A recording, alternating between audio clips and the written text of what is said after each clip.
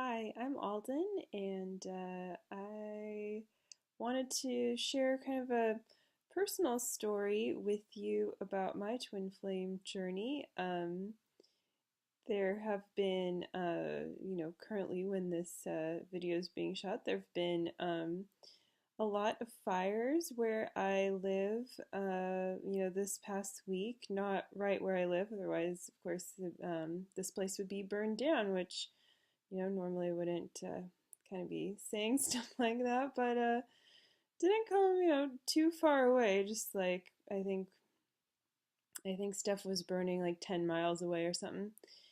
So yeah, the air quality's been really poor here. Um, I saw a lot of crazy shit. On last Monday morning, I thought I had to go to work. Um, And so I tried to drive to Santa Rosa, and it didn't work out so well. The sky was black. It was like 7 in the morning. The sun looked like apocalyptic, but so beautiful, like this bright orange red color. People were stopped taking pictures. Yeah, and I drove into Santa Rosa and shit was burning, ash was falling on my car, people were wandering around aimlessly. I was I don't know why I kept driving. I think like a part of me was just autopilot, like gotta get to work. A part of me wanted to just get all the way there and like it was having a hard time like understanding what was going on. A part of me was completely fascinated, but the more I drove, the more I felt, in danger. Like most of the street lights were out. There were cops, um, with sirens on, racing past me most of the time, when I was on the road. Just, yeah. And, that happened again today on the freeway. So I got off the freeway early. So, yeah, it's been kind of mayhem, but the point of all that is that it's really kind of helped to ground me into being really in the present because sometimes circumstances can help to create like a healthy boundary within ourselves. Like I feel like I can tell a little more clearly now when I'm in my own bounds and I'm not reaching outside of myself for something, whether that means like thinking of my twin flame in a way that is, playing into that pattern or, you know, um, thinking about like trying to plan out my life in a way that's actually not like conductive to the inner work and the guided action that takes place. Um, so yeah, like having to like kind of sort of being forced to be really present, um, be really in the here and now, has just really opened me up to think about where I've been like in the last year and how much things have changed too. So I've known my twin flame for over a decade now, and I thought it was like some crazy connection that I'd never talk about, and so a lot's changed. I mean, it's more like a decade and a half almost. So yeah, um, and I feel like I have a lot of experience in a lot of ways because I've been on this journey for so long, to various degrees of actively. However, I didn't recognize this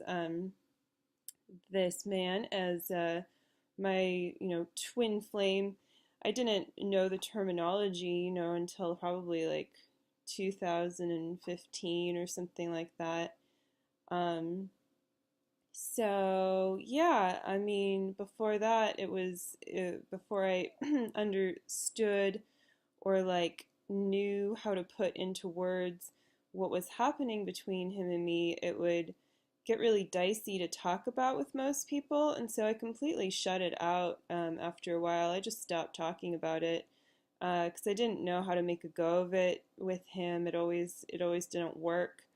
Um, but I know I knew and I knew and I know now that he feels it too because we're twin flames, and so I mean I don't like presume to know like what he feels and all that, but yeah.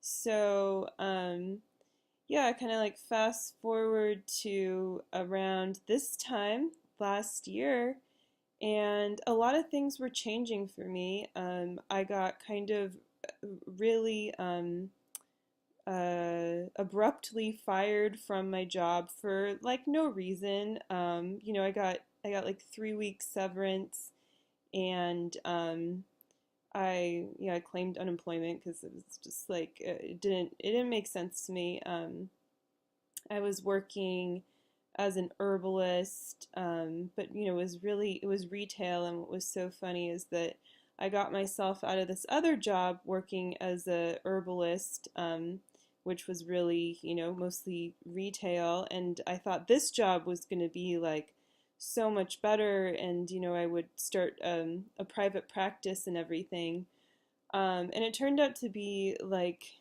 just as bad as the other job that I left it for, if not worse. And so it was kind of like a blessing in disguise. I mean, of course, everything kind of works out to help you for the lesson, if you can find it. But yeah, so that happened like last August, and I decided to look into going back to school. My heart was just kind of like calling that in, and I couldn't figure it out. And something that was motivating me, to be honest, was money, but it wasn't like money like get rich quick. It was just like how do I let my life unfold in a way that feels really good to me? Like this track isn't taking me where I want to go. And what do I really like to do? I really like working with people, and I really like helping people feel good. Like I feel so fulfilled when when I do that. And so I looked into getting my PhD in psychology, and I went back to school and I did just upper division classes in psychology, to kind of prepare me and also to fulfill prerequisites for applying to a few programs. And one class that I took was really, it was unexpected, right? It was supposed to be kind of like a fun class. I knew there would be a lot of writing, but I'm a really good writer. I love to write. I think I'm a good writer. And so yeah, it was anyways psychology of film, and it turned out to be a kind of like a life-changing class, and the professor's just like just such a gifted teacher, and so yeah, we watched some really poignant films. There were a couple that I was like, okay, but whatever, everyone's critic, right? And so yeah, we read some really amazing things too about deep healing, from very like on the outskirts, psychological, explorations from people who were at the top of their field, but way out there. So I really appreciated the material that was in this course. And one thing that I learned from reading this, and also from my own my herbal studies program, doing yoga certification years before, this idea of holding yourself as you heal, like regardless if you consider yourself a healer or not. I mean, we all have the ability to heal ourselves and heal others, to whatever capacity that's appropriate for us.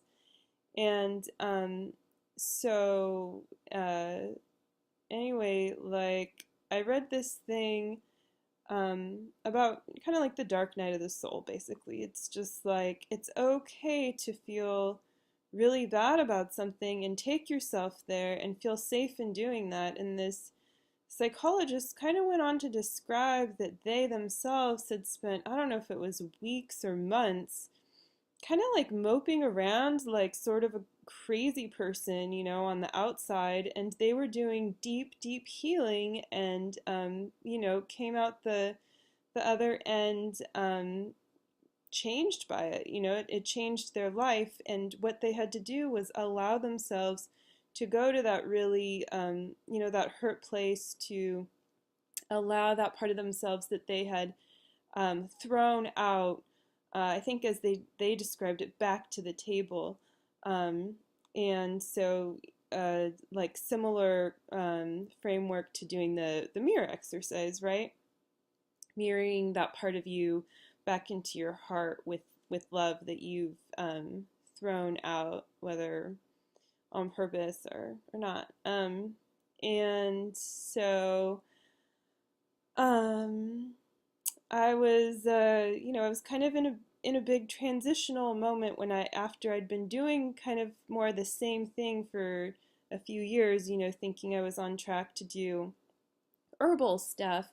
But I wasn't. It's not that that I'm not passionate about that. I am, but I just felt like there was more. There was more there in front of me. Like felt something bigger. And yeah, so then around Thanksgiving, I saw this picture of my twin flame with, with another person, and I don't really need to go into like details about all that, like whatever. I decided to follow him on Instagram because I wanted to, but also it was funny because like I had this idea like, oh, I can't follow my twin flame unless like his name pops up. I'm not gonna like put any effort to type in his name to follow him, but I am curious. And I thought how I kind of wished that I had followed him when his name popped up the first time to follow on my Instagram. You know how it says follow your friend, blah, blah, blah, or whatever. And we have lots of mutual friends, so he was one of the first people to pop up on my Instagram, and also, like divine order or whatever, right? Like it's a sign. And so yeah, I like went to bed one night with this like longing to follow him, and then like a few days later, his name popped up again to follow, which I was like, that's crazy. Like that's never um, no one's name had popped up twice before. Since then it has, but that was the first time that had happened. And so it's like, well, that's a sign I'm going to definitely follow him. And so, yeah, he wouldn't follow me, and that caused an upset. And I started liking his pictures. And I, at first, actually liked pictures of him with this other person. And that's how, like, numbed out I was, you guys. How, how much also, though, like, I just wanted to, like, maybe rekindle friendship too, or just, like, wish him well.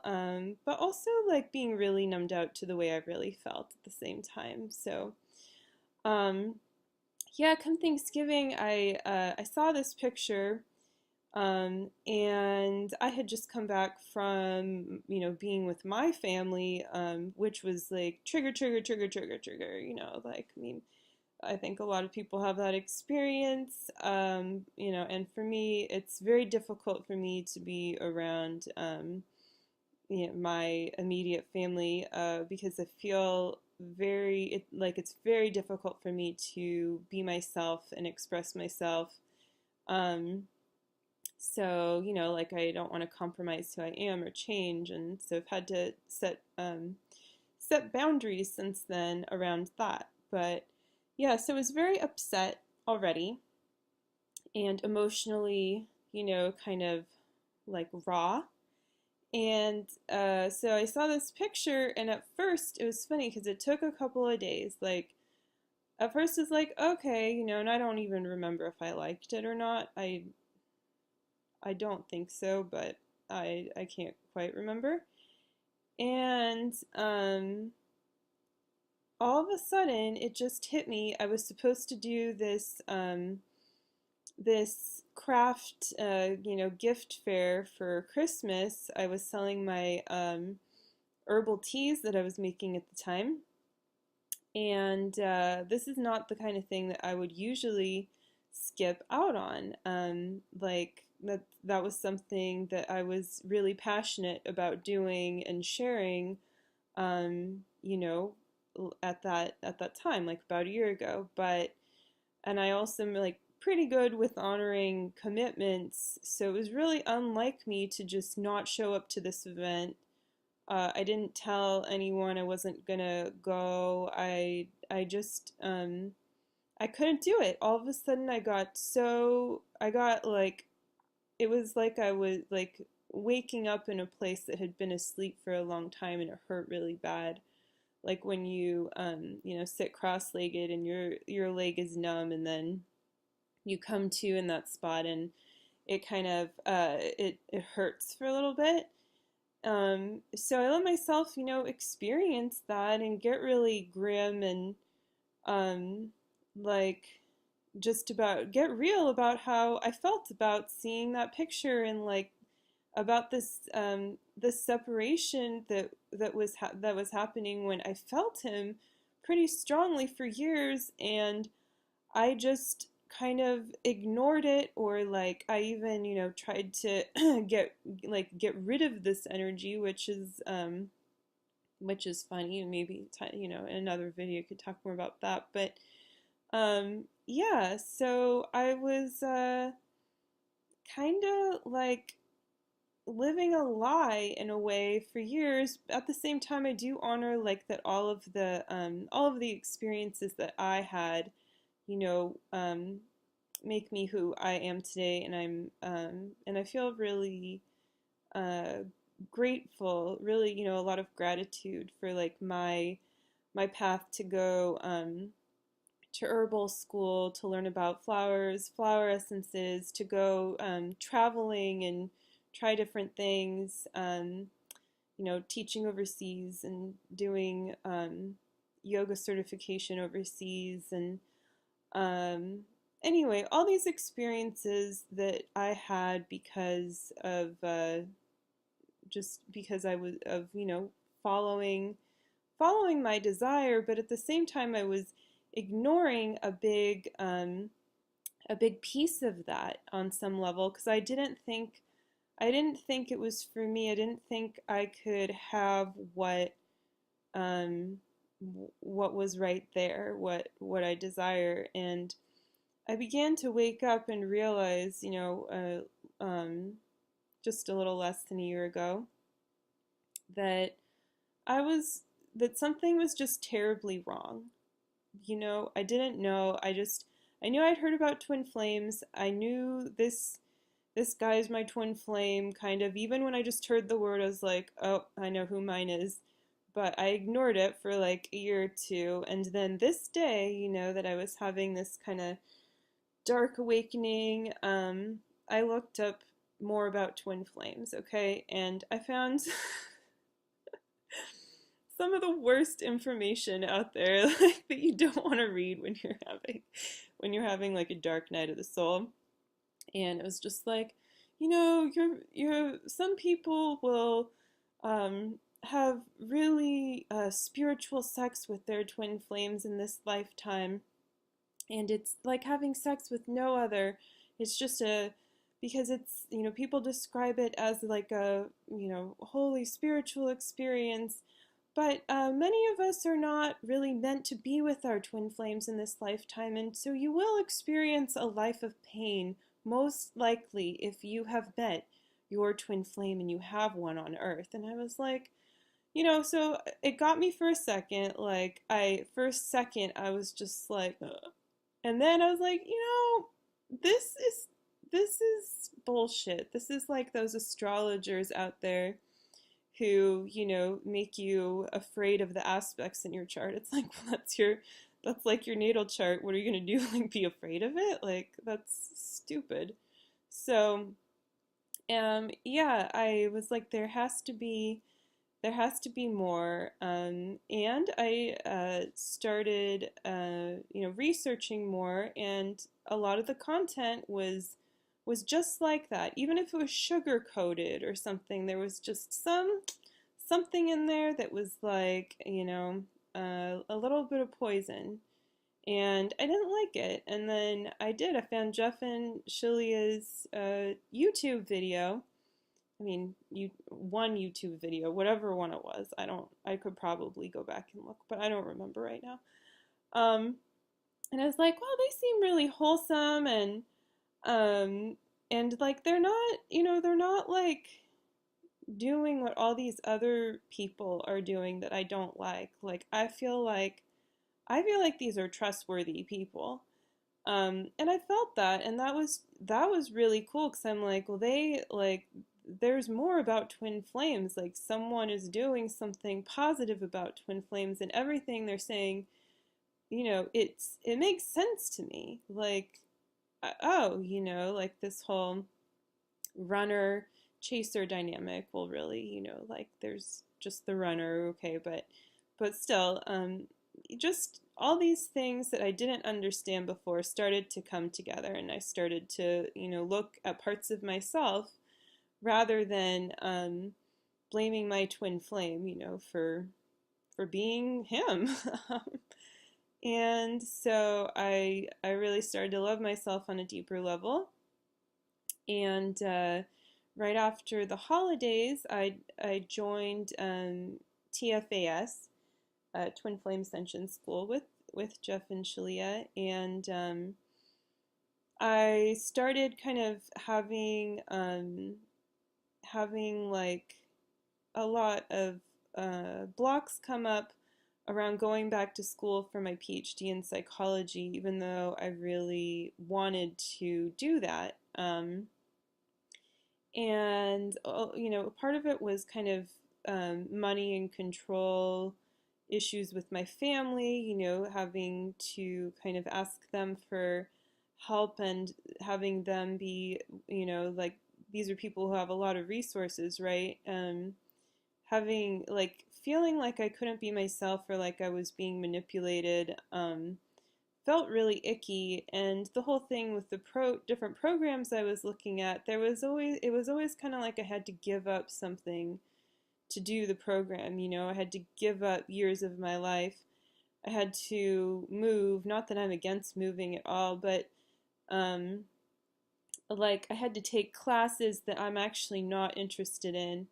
And I mean, I'm 32, but I guess it doesn't really matter how old I am. It's like any age. Once you realize that your time is valuable, your time is valuable. And so, yeah, sometimes there is something to be said about going through certain steps, that aren't necessarily pleasant, but that do help and support you in your heart's desires. But then there's another piece where you're kind of going against your own grain, and it started to feel like that to me.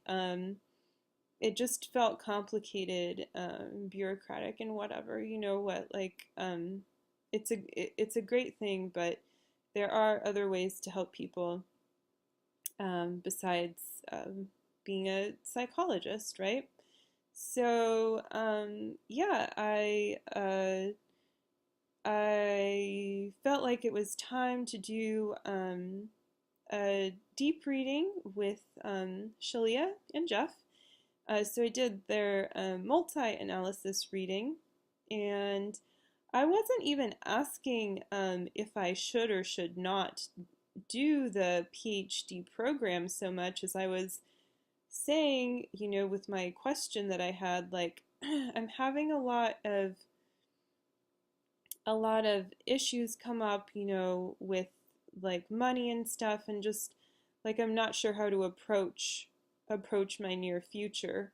Um, and so I was surprised on like a more superficial level when I did the that reading with them, mainly with Shilia, but that it just wasn't in alignment at this time, probably ever, for me to, in the future, to continue on with this program. And but I felt in my heart when she said that in so many words that it was true, and it took me, a week or two to really process it and to revoke my whatever you call it, that I was going to go to the program. I mean, I'd already put down a deposit and everything. I was like pretty gung ho in a lot of ways. Um, so yeah, I started getting more serious about working with people and teaching as a twin flame coach and incorporating all of the helpful tools that I've learned along the way into doing so. So that's kind of what has brought me to where I am today. So there's a lot more that has of course happened between now and a year ago. But that's I guess like goes to show how your twin flame journey can really shift things for you, because you're calling in a really really big love, and so you have to accept that old paradigms of thought, like I thought PhD was like the ultimate success, like I really thrive in education, hence now I'm in a school that's all about twin flames, and I'm really enjoying that because I've actually spent the last like 14 years of my life in it, and now I am I am claiming my union, and so you're gonna watch me come into union and come into harmonious union as everything transpires. So yeah, like that's that's a big deal. Like that's a bigger deal than a PhD, or than having any kind of practice. And as much as I desire to have a successful practice, what I really desire is to help to help people. I was looking around. I was doing a side job today that I have, and that is demoing organic coffee. And I was looking around at people, and it wasn't like that people looked unhappy or anything. I wasn't like judging anyone. I was just thinking, like, imagine how powerful all of these people would be if they were in this store with their twin flames right now. Like, what would that be like? And I just saw everyone's heart chakra light up, and it was a really cool moment. And it was just a big reminder, like to keep going, for me. And it inspired me to share all this with you tonight. So I hope that you enjoyed my story, and that you find it relatable.